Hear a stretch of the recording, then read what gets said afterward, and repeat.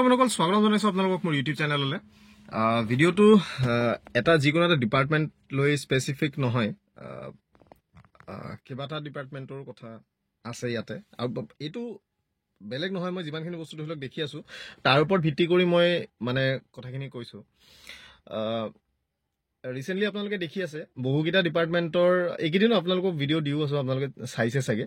কেইবাটা ডিপাৰ্টমেণ্টৰো তেওঁলোকৰ যিবিলাক নাম আছে, ডেজিগনেশ্যন যিবিলাক আছে, নমেনক্লেচাৰ যিবিলাক আছে, এইবিলাক চেঞ্জ হৈ আছে। চ' এইটো কথা আমিও কৈছো যে ধৰি লওক নাম চেঞ্জ হলে কি হ'ব, চেলাৰী চেঞ্জ হবলৈ কিবা হ'ব লাগে, বাট দ্যাট ইজ দ্য ৱে। সেইটো মানে তেওঁলোকৰ পথ প্ৰশস্ত কৰিছে বুলি যিটো বস্তু কয়। যিহেতু পে কমিশ্যন আহি আছে, আমাৰ আগন্তুক দিনত পে কমিশ্যন আহি আছে, এতিয়ালৈকে ঘোষণা হোৱা নাই বাৰু।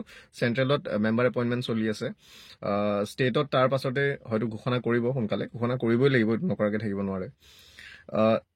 যেতিয়া এই পে কমিশ্যন হ'ব, এই যিখিনি নাম তেওঁলোকে ৰিভাইজ কৰি লৈছে, আজি জুডিচিয়েল ডিপাৰ্টমেণ্টৰ জুনিয়ৰ এডমিনিষ্ট্ৰেটিভ এছিষ্টেণ্ট তেওঁলোকে কৰি লৈছে, তেওঁলোকে 8,700 টকাৰ তেওঁলোকে গ্ৰেড পে তেওঁলোকে ক্লেইম কৰিব ডেফিনেটলি। চ' তেনেকুৱা যেতিয়া হ'ব, তাৰ নেক্সট যিবিলাক পোষ্ট আছে তেওঁলোকৰ হাইৰাৰ্কিত, সেই পোষ্টবিলাকৰো ষ্ট্ৰাকচাৰ সলনি হ'ব, পে ষ্ট্ৰাকচাৰ।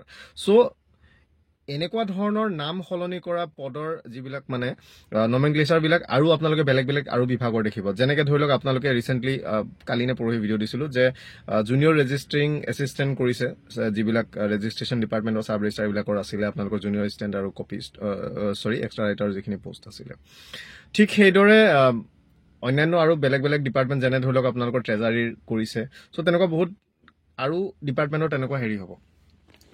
এতিয়া কথা হৈছে, এই যিখিনি কৰিছে, এইখিনি কাম কৰাৰ পাছত যেতিয়া পে কমিশ্যন আহিব, তেতিয়া তেওঁলোকে একৰ্ডিংলি মানে নিজৰ পে সলনি কৰিবৰ কাৰণে বা গ্ৰেড পে কাৰণে তেওঁলোকে ক'ব পাৰিব।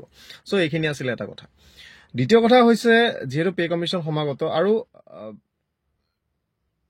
বহুত চেঞ্জেছ লাগে, দৰমহাৰ ষ্ট্ৰাকচাৰতে নহয়, যিবিলাক ছাৰ্ভিচ ৰুল আছে, যিবিলাক প্ৰমোচনেল ৰুল আছে, সেইবিলাকত দৰকাৰ আছে। মাজতে লেটাৰ দিছিলে আপোনালোকৰ পঞ্চায়ত ইলেকশ্যনৰ আগতে যে কিছুমান পোষ্টৰ এগেইনষ্টত যিখিনি ধৰি লওক ছাৰ্ভিচ ৰুল নাই, বা যিবিলাক ছাৰ্ভিচ ৰুল ডিফাংক্ট হৈ গৈছে, যে বহুত পুৰণি হৈ গৈছে, যিটো প্ৰেজেণ্ট ডেৰ লগত খাপ খোৱাকৈ তেওঁলোকৰ ছাৰ্ভিচ ৰুলখিনি চেঞ্জ কৰিব লাগে।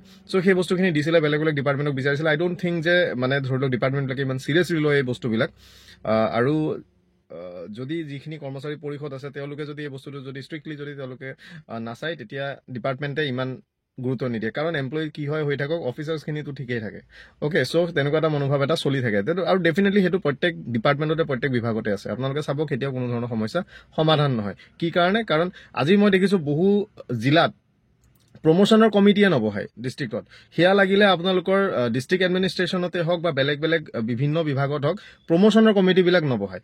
এইটো নিয়মমতে আপোনালোকৰ বছৰি সেই বস্তুখন বহিবই লাগে, প্ৰমোশ্যনেল কমিটিবিলাক বহিবই লাগে। কাৰণ এক বছৰত যদি এই বছৰ মানুহজনে প্ৰমোশ্যন পাব লগা আছিল, তেওঁ যদি আগন্তুক নেক্সট 2-3 বছৰ যদি তেওঁ নাপায়গৈ প্ৰমোশ্যন কমিটি নবহাৰ কাৰণে, তেওঁৰ ফাইনেন্সিয়েল মানে লছ হয়তো হয়েই, তাৰ লগতে তেওঁৰ মানে নেক্সট যিটো প্ৰমোশ্যন তেওঁলোকে পাব লাগিব, সেইবিলাকতো তেওঁলোক মানে বহুত পিছ পৰি যায়গৈ।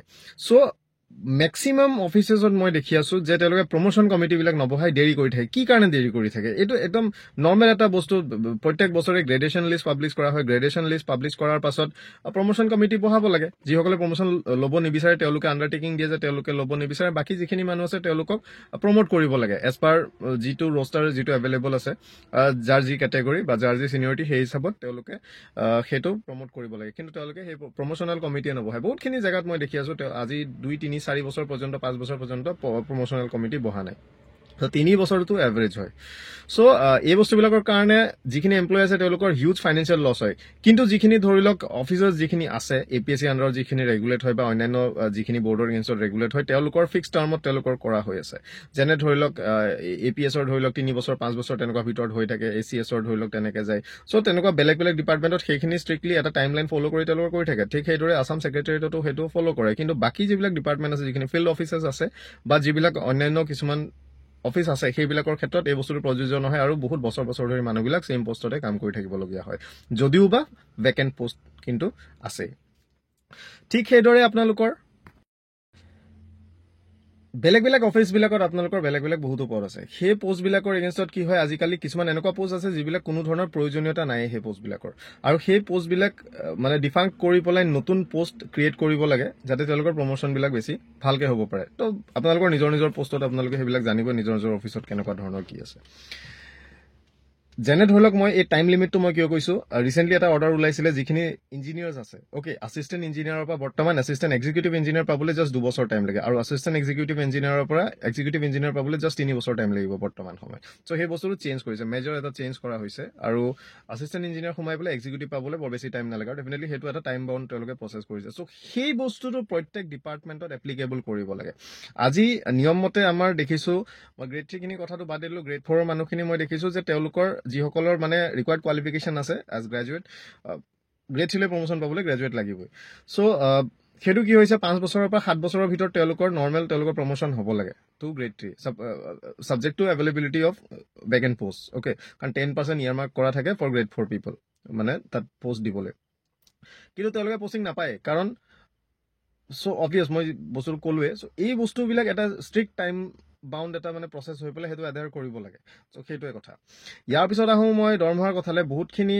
ঠাইত আপোনালোকৰ বহুতবিলাক এনেকুৱা পোষ্ট আছে যিবিলাক পোষ্ট মোৰ হিচাপত আপগ্ৰেড কৰিব লাগে যেনে ধৰি লওক আপোনালোকৰ এটা পোষ্ট আছে যিটো ফৰেষ্ট ৰেঞ্জাৰৰ পোষ্ট আছে সেইটো ধৰি লওক বৰ্তমানেও গ্ৰেড 2ত ৰখা হৈছে এইটো কি কয় 22,000 স্কেলত ৰখা হৈছে ঠিক সেইদৰে ছাব ৰেজিষ্টাৰৰ পোষ্টটো 22,000 স্কেলত ৰখা হৈছে এই পোষ্টকেইটা ডেফিনেটলি আপগ্ৰেড কৰিব লাগে যদি ৰাখিব আছে গ্ৰেডটোত সেইটো 11,800 মান যিটো বা 500 নে 800 আছিলে মই পাহৰিছোঁ যিটো লাষ্ট গ্ৰেড পে হয় অ'কে পে বেণ্ডৰ সেইটোত তেওঁলোকক ৰাখিব লাগে আৰু নেক্সট প্ৰমোশ্যন তেওঁলোকক ACF-ৰ তেওঁলোকক প্ৰমোট কৰিব লাগে বহুত দিন মই দেখিলোঁ যে ৰেঞ্জাৰখিনি প্ৰমোশ্যন হোৱা নাই ষ্টেগনেণ্ট হৈ আছে ঠিক সেইদৰে যিখিনি ছাব ৰেজিষ্টাৰ সোমায় তেওঁলোকৰ নেক্সট প্ৰমোশ্যনো তেওঁলোকৰ গ্ৰেড 2তে পে বেণ্ডত থাকে চ' এই বস্তুটো বহুত বেয়া কোনোবা এটা মানে ধৰি লওক কোনোবাখিনিত এই বস্তুটো সমস্যা আছে এই বস্তুবিলাক অলপ ঠিক ঠাক কৰিব লাগে ঠিক সেই সময়তে এছিষ্টেণ্ট একাউণ্টছ অফিচাৰ হওক APSC থ্ৰু দিয়ে ৰিক্ৰুটমেণ্ট হয় কিন্তু তেওঁলোকৰ গ্ৰেড পে আটাইতকৈ কম চ' এই বস্তুবিলাক অলপ চাব লাগে যাতে অলপ ইনহান্স হ'ব পাৰে কাৰণ তেওঁলোকৰো নেক্সট প্ৰমোশ্যনটোতো তেওঁলোকৰ পে বেণ্ড চেঞ্জ নহয় তেওঁলোকৰ ছেম গ্ৰেডতে তেওঁলোক থাকে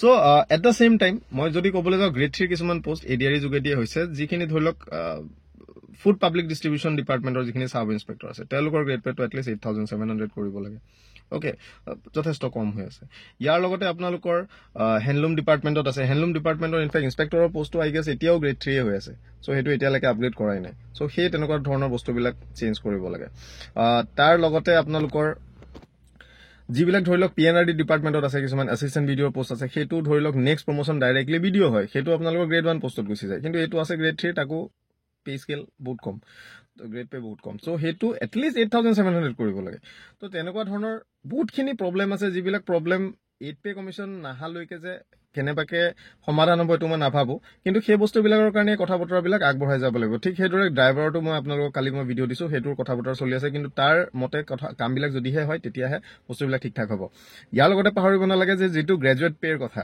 অ'কে গ্ৰেজুৱেট পে'টোতো আৰু সেইটো এটা মেজৰ এটা মানে চেঞ্জ হ'ব উইথ হিউজ ফাইনেন্সিয়েল ইমপ্লিকেশ্যন কাৰণ মেজৰিটি অফ দ্য পোষ্ট বৰ্তমান যিটো আপোনালোকে দেখিছে ADRE থ্ৰু দি ৰিক্ৰুটমেণ্টত আপোনালোকে গোটেই পোষ্টৰ লিষ্টবিলাক দেখিয়ে গৈছে যে গ্ৰেজুৱেট কোনবিলাক পোষ্ট হয় চ' তাৰ লগতে আপোনালোকৰ DHS-ত আছে বেলেগ বেলেগ বাকীখিনিতো আছে চ' এই পোষ্টখিনিৰ এগেইনষ্টত গ্ৰেজুৱেট পে কোনটো দিব সেইটো এটা ডাঙৰ কথা কিন্তু যেতিয়াই দিব ধৰি লওক ডেফিনেটলি অলপ ইনহান্স হ'বই চ' সেইবিলাক কাম কৰিব লাগে আৰু যিবিলাক পোষ্ট আছে কিছুমান পোষ্টৰ ধৰি লওক বহুত ছাৰ্ভিচ যিটো প্ৰস্পেক্ট হয় যিটো ধৰি লওক প্ৰমোশ্যনৰ প্ৰস্পেক্ট হয় বহুত কম তেনেকুৱা ধৰণৰ ছাৰ্ভিচ ৰুলবিলাক চেঞ্জ হ'ব লাগে কিন্তু এই বস্তুবিলাক লৈ পেলাই কোনো চিৰিয়াছ নহয় কোনো ধৰণৰ চিৰিয়াছনেছ বস্তুবিলাক কোনো দেখা নাই মিটিং হৈ থাকে মিটিঙৰ পিছত মিটিং হৈ থাকে তাৰিখ পে তাৰিখ চলি থাকে মাইনত চলাই থাকে কিন্তু সচৰাচৰ গৈ পেলাই একচুৱেল কাম একোৱেই নহয়গৈ অ'কে চ' এই বস্তুটো এটা চিম্প্লিফাইড প্ৰচেছৰ মাজেৰে যাব লাগে আৰু এই গোটেই বস্তুবিলাক অলপ সলনি হ'ব লাগে যিবিলাক পে ষ্ট্ৰাকচাৰ হয় কাৰণ অসমৰ পে ষ্ট্ৰাকচাৰ গোটেই ভাৰতবৰ্ষতে আটাইতকৈ কম আৰু তাৰ মাজত যদি এনেকুৱা ধৰণৰ প্ৰমোশ্যনৰ যদি মানে ডিফেক্ট থাকে